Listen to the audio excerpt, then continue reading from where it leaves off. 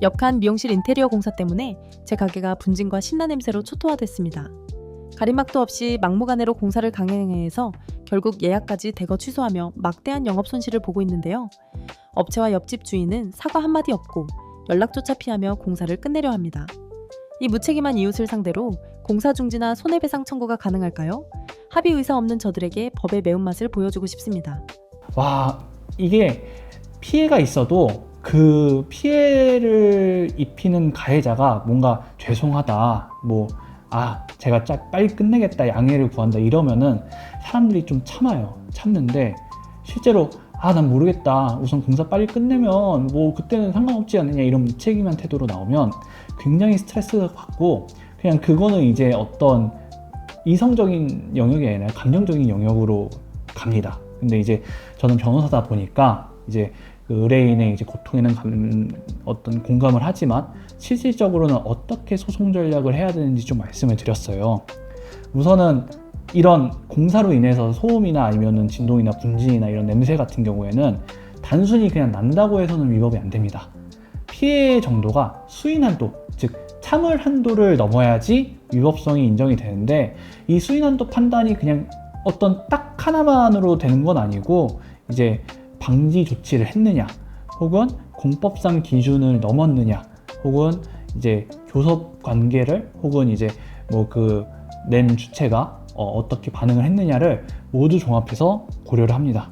근데 지금 말씀 주신 걸 보면 가림막도 없는 공사를 했기 때문에 수인 한도가 높을 거라고 추정을 해볼 수 있을 것 같아요. 근데 단순히 추정이 아니라 제가 이제 의뢰인분께 말씀드렸던 거는 어떤 전문적인 진단업체를 고용을 하셔서 그분에게 전문적인 진단업체를 이제 위임을 하셔서 우선은 객관적인 자료를 받는 것이 좋다라고 제가 말씀을 드렸습니다. 그리고 만약에 이제 그게 수인 한도가 넘는 피해가 된다면 매출 감소나 예약 취소 등 손해가 공사 사이에 이제 상당 인과관계 및 손해액이 이제 인정이 될 수 있고, 또한 이게 입증이 곤란하더라도 법원의 사정에 따라서 상당액으로 산정이 될 수 있다는 점을 말씀을 드렸어요.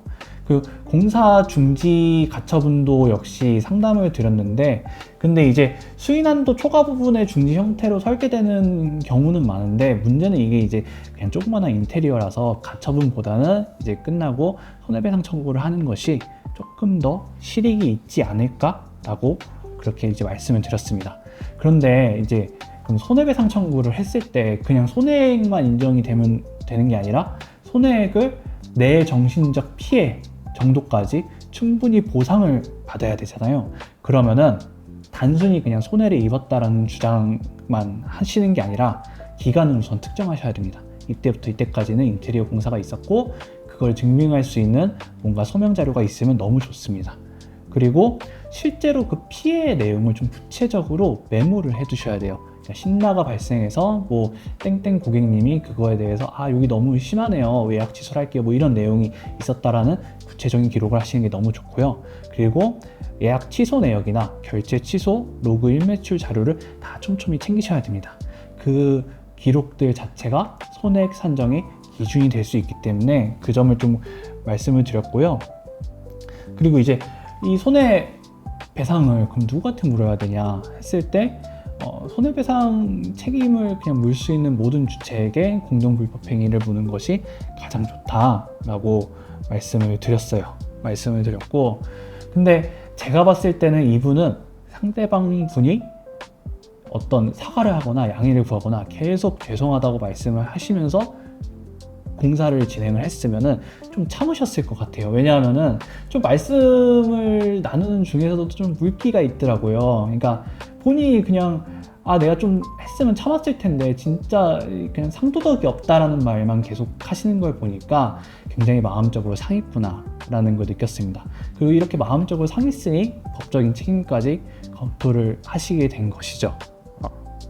제가 오늘의 리빙 포인트는 이렇게 말씀드릴 수 있을 것 같습니다. 말 한마디가 천냥빚을 갚는다는 속담이 있잖아요. 맞습니다. 어떤 사과를 할 적시점에 사과를 하거나 양해를 구할 때 적시점에 양해를 구하면 법적인 소송까지 가지 않게 됩니다. 그래서 꼭 이런 어떤 공사나 혹은 상대방에게 피해 입히는 어쩔 수 없는 행위를 하시는 분들은 꼭 주위 분들에게 양해를 구하시는 게 그 무엇보다도 최우선이다 라는 점을 좀 말씀을 드리고 싶습니다. 네, 오늘 영상 시청해 주셔서 감사합니다.